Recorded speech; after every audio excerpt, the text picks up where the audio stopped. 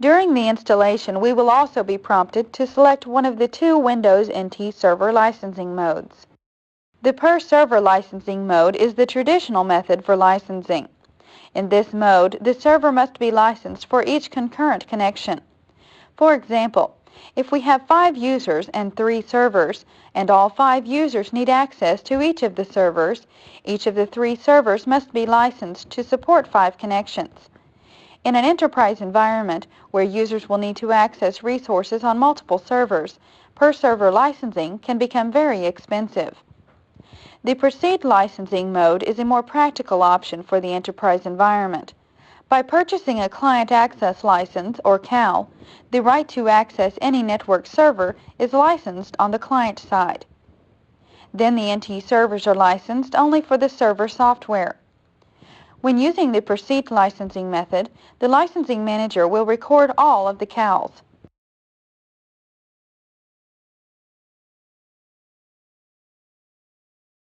Finally, during the installation, we'll be asked to provide information regarding our NT server's protocol selection. NetBEUI is the most efficient of the 3 protocols we can choose from. It has very little overhead and works well in small LANs. The drawback, however, is that it is a non-routable protocol and does not work in a WAN environment. NW-Link IPX SPX, which stands for Internet Packet Exchange, Sequenced Packet Exchange, is Microsoft's implementation of Novell's IPX SPX protocol. The Microsoft protocol differs from the Novell protocol by providing NetBIOS support from within NW-Link. NetBIOS support is required for NT browsing services. The TCP/IP protocol, which stands for Transmission Control Protocol, Internet Protocol, is the most widely used of the 3 options and is the de facto industry standard. TCP/IP is the best choice for supporting large networks, but it also requires the most configurations. If we choose to use TCP/IP, we must either be a DHCP client to a DHCP server, or we must supply an IP address, a subnet address, and a default gateway. While we won't see them on the main screen during installation, Windows NT Server supports 2 more protocols. The DLC protocol, which stands for Data Link Control, is used when connecting to IBM mainframes or direct connection printers.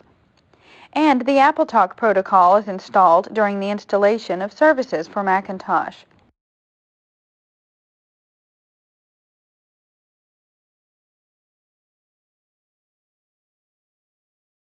Now we're ready to begin the installation of Windows NT Server 4. The installation process is divided into 4 stages.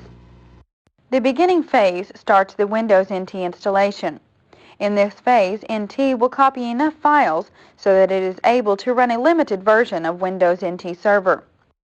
Once this limited version is up and running, the installation will proceed more quickly because of NT's multitasking capabilities.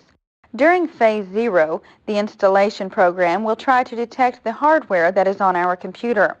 Once this information is found, the installation program will ask us which partition Windows NT Server should be installed on, which file system should be used, and which directory the system files should be stored.